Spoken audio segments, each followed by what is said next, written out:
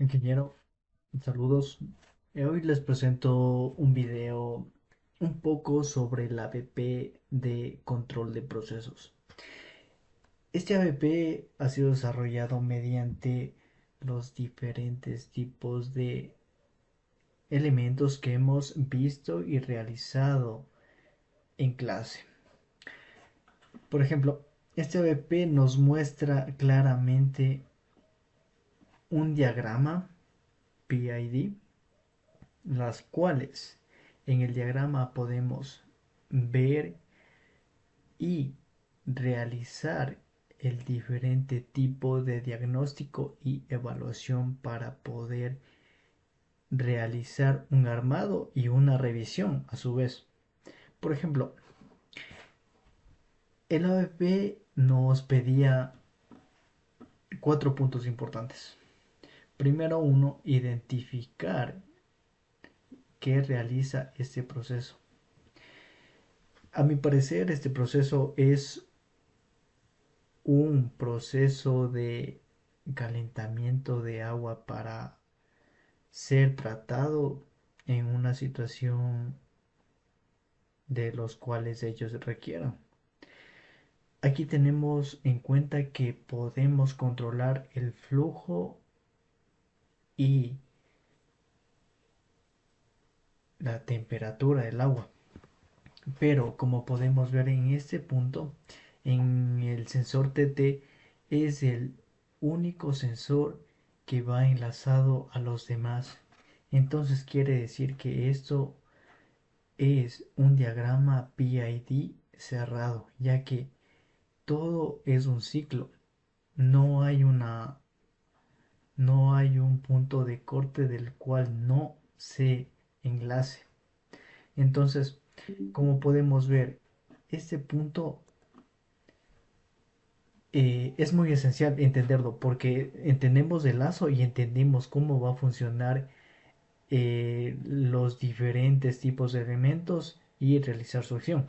Por ejemplo, si el TT, el que está aquí, no realizara su proceso, ninguno de estos actuaría, ya que, o actuaría de una manera errónea, ya que esta es la que manda la señal a bueno, este es un indicador. Este no nos da detalladamente qué es lo que está midiendo acá.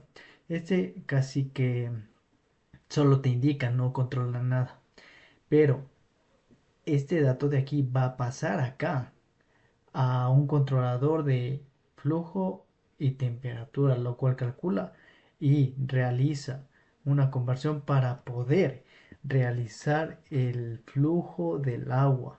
Porque si nos damos cuenta en el FIC manda la señal eléctrica al controlador neumático para poder abrir la línea de aire y poder así controlar. Por ejemplo, en una electroválvula no podemos controlar el flujo de agua. Bueno, en este caso, ¿por qué situación? Eh, el flujo de agua, existen válvulas neumáticas que realizan el accionamiento como si lo estuviéramos haciendo manualmente. Eso podemos controlarlo mediante el flujo de aire. Por ejemplo, 20 psi, digamos, la válvula está completamente abierta y el flujo sería 100%, por así decirlo. Entonces, nosotros con la presión del aire que podemos obtener del controlador y que emite hacia la válvula, podemos controlar el flujo. La electroválvula que se encuentra aquí, a mi parecer, es un bloqueo total del sistema, ya que es la que está a la parte final después de la válvula neumática. Entonces, como podemos ver en estas situaciones, todo va enlazado, todo va un circuito cerrado, ya que nosotros podemos realizar configuraciones y medir parámetros de los cuales nosotros requeramos. Por ejemplo, si nosotros quisiéramos tener constantemente el agua a un cierto rango bien limitado, sí podríamos hacerlo con este sistema, ya que el sensor de aquí nos va a estar evaluando constantemente. No es que, digamos, tengamos una variación distante y podemos detener el proceso. Entonces con esto constantemente ya está realizando el análisis, análisis tras análisis.